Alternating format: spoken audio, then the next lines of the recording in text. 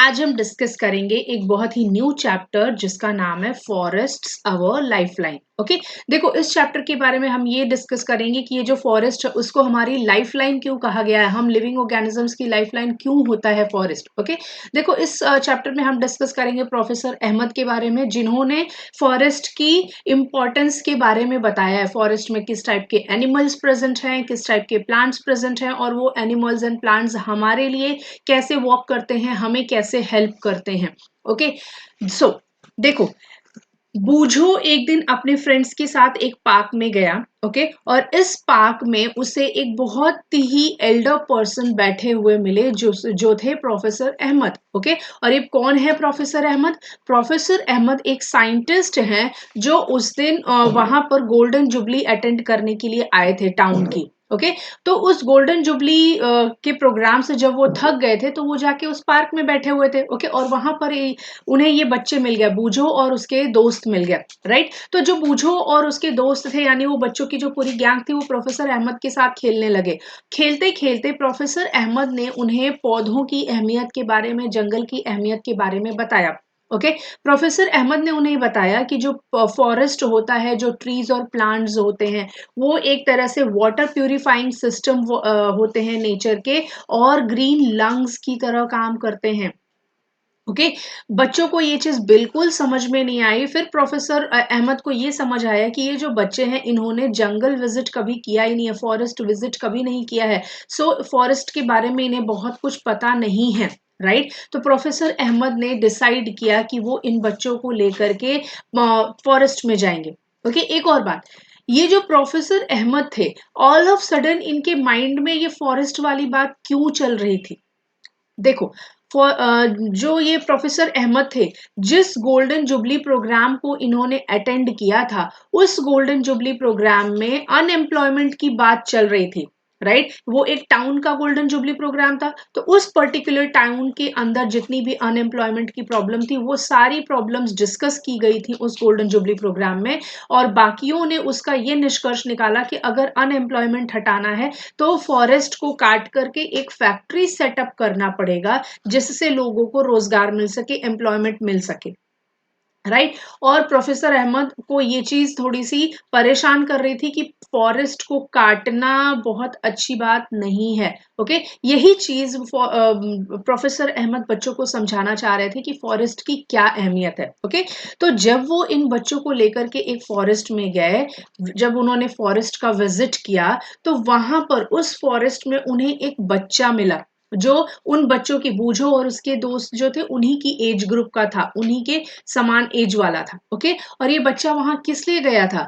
ये बच्चा वहां पर अपनी भेड़ बकरियों को चराने के लिए गया था अपनी आंटी के साथ।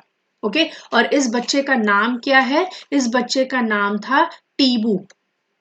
फाइन, एंड जंगल में जाने से पहले बूझो और उसके दोस्तों ने कुछ सामान पैक किए।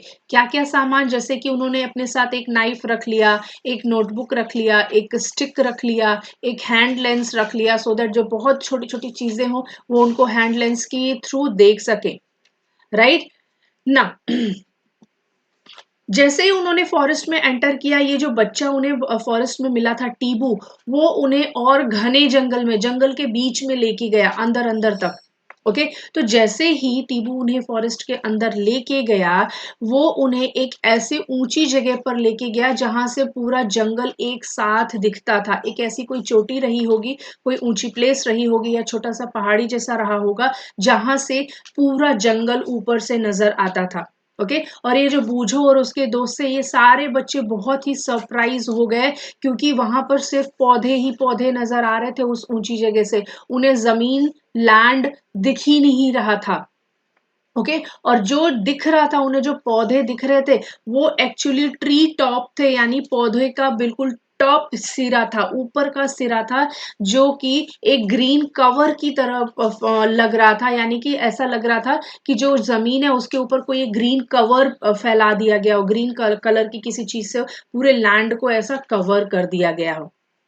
ओके, बट जो कवर था वो यूनिफॉर्मली ग्रीन नहीं था, कहीं कुछ अलग ग्रीन था, कहीं ज्यादा डार्क ग्रीन था, कहीं लाइट ग्रीन था, कहीं बीच बीच में ब्राउन चीजें नजर आ रही थी। ओके, तो यूनिफॉर्म कवर नहीं था कि एक ही कलर का पूरी ग्रीन फैला हुआ है, नहीं, अलग अलग शेड्स थे ग्रीन के, कुछ जगह पर नहीं भी थे, ब्राउन कलर्स दिख रहे थे, but maximum you can say 95% जगह उनको ग्रीनरी नजर आ रही थी अलग अलग शेड की।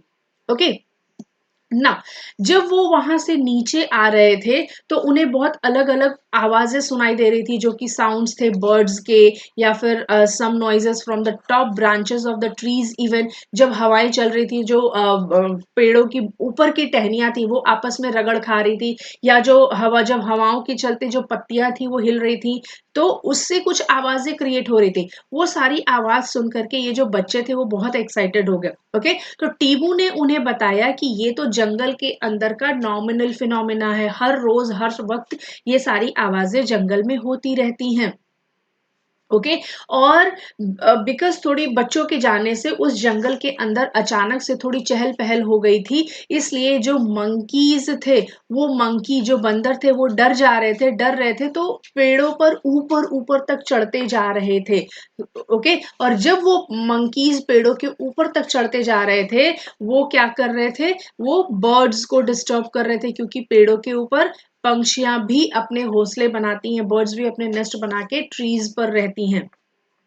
Okay, now animals often give this type of warning call to alert other animals. जब किसी जंगल के अंदर किसी एक जानवर को थोड़ा खतरा महसूस होता है, डेंजर महसूस होता है, तो वो कुछ ना कुछ सिग्नल देता है बाकी एनिमल्स को टू बी अलर्ट, कि बी अलर्ट, कुछ तो डेंजर है। ओके, तो जो ये मंकीज थे, जब इतने सारे बच्चों को देखा उसने ऑल ऑफ सडन, तो उसे थोड़ा डेंजर फील हुआ, इसलिए वो बाकियों को एक सिग्नल दे रहा था, जैसे पेड़ों के ऊपर तक जाके कुछ आवाजें निकाल रहा था, जिससे बाकी एनिमल्स को समझ आ जाए कि yes, there is some danger around them. Okay, तो एक तरह से ये वार्निंग कॉल था बाकियों को, बाकी एनिमल्स को अलर्ट करने के लिए। और ये सारी चीजें किसने बताई?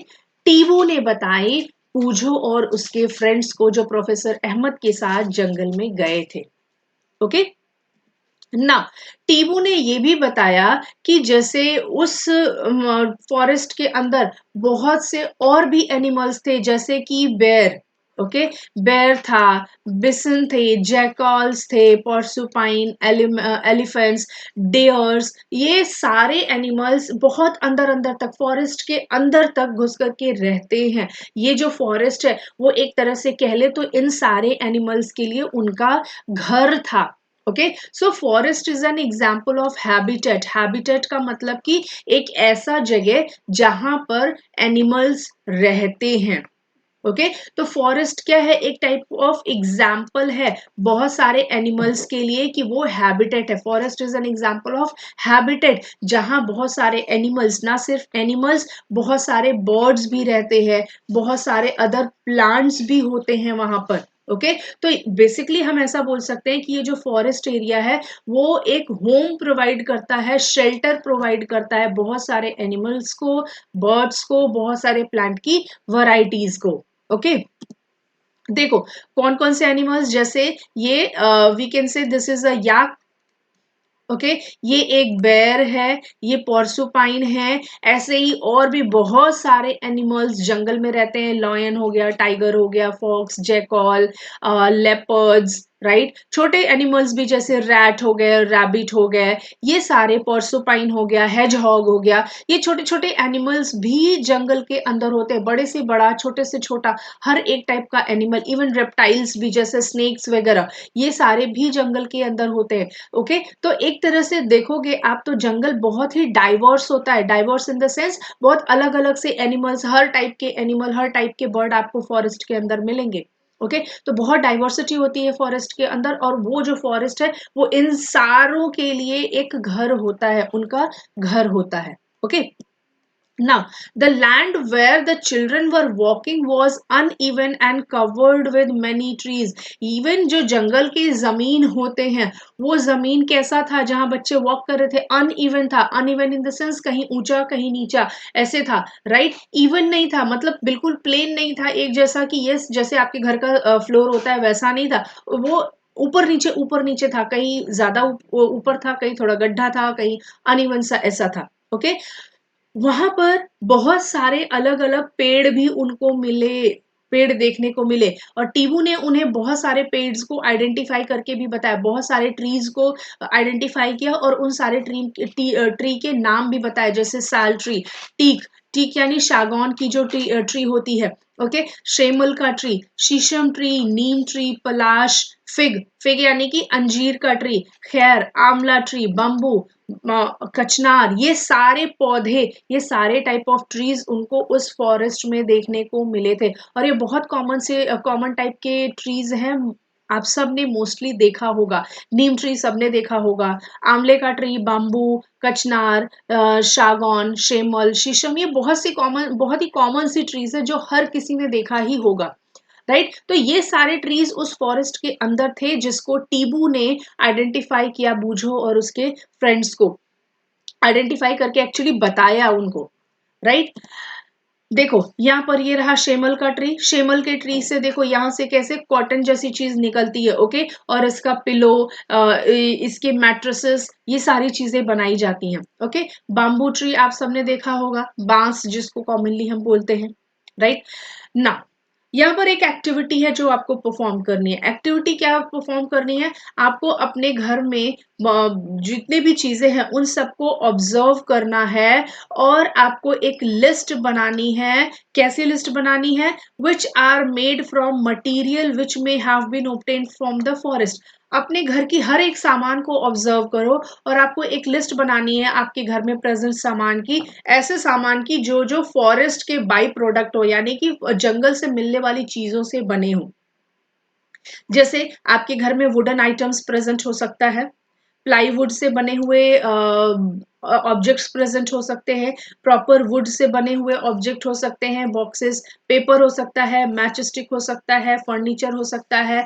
ये सारी चीजें कैसी हैं? जो फॉरेस्ट के आइटम्स होते हैं, ये सारी चीजें फॉरेस्ट मटेरियल से बना हुआ है, ओके। और भी चीजें हो सकती हैं, जैसे आपके घर में स्पाइसेस हो सकता है, किचन में आप खाना बनाने के लिए आपकी मम्मी यूज करती होंगी, राइट। बहुत टाइप ऑफ ऑयल्स हो सकते हैं, वो जो जो कि ट्रीज से मिल सकते हैं या छोटे प्लांट से मिल सकते हैं, राइट। गम्स, बहुत टाइप के गम्स भी होते हैं, कुछ एडिबल भी होते हैं, वो सारे गम्स भी ट्रीज के बाय प्रोडक्ट्स होते हैं। फॉडर फॉर एनिमल्स, जो एनिमल्स का चारा होता है, सूखा हुआ चारा या ग्रीन चारा इवन, वो सब कहाँ से मिलता है? वो सब प्लांट के बाय प्रोडक्ट होते हैं, प्लांट या फिर डायरेक्टली प्लांट को भी एज अ फॉडर यूज किया जाता है। कुछ मेडिसिनल प्लांट्स भी, जैसे तुलसी, मोस्ट कॉमन मेडिसिनल प्लांट तुलसी हर किसी के घर में प्रेजेंट होता है, राइट। तो ये सारी चीजें जो आपके घरों में प्रेजेंट होती हैं वो क्या होती हैं? ये सब कहाँ से मिलती हैं? फॉरेस्ट से मिलती हैं। जैसे देखो, ये हनी हो गया, ये भी आपको फॉरेस्ट से मिलेगा, राइट। हनी बीज क्या करती हैं? जो फॉरेस्ट में जाती हैं, जो अलग अलग फूल होते हैं, जो फ्लावर्स होते हैं, उनके सैप को लेकर के आती हैं, फिर उससे हनी बनाती हैं, राइट। ये सीलिंग वैक्स, नॉर्मली जिसको हम लाख बोलते हैं, राइट, लाख, वो कहाँ से मिलता है? प्लांट से मिलता है। ये एडिबल गम्स, गोंद, नॉर्मली घरों में गोंद इसको बोला जाता है, जो खाने के लिए यूज होता है, एडिबल यूज होता है, जो कैल्शियम रिच होता है and which is very very you can say helpful for the development of your bone, okay. And wooden statue, would say बना हुआ स्टैच्यू, वुड से बना हुआ फर्नीचर्स, तो ये कुछ चीजें आपके घरों में प्रेजेंट हो सकती हैं जो कि फॉरेस्ट का बाय प्रोडक्ट होता है, ओके।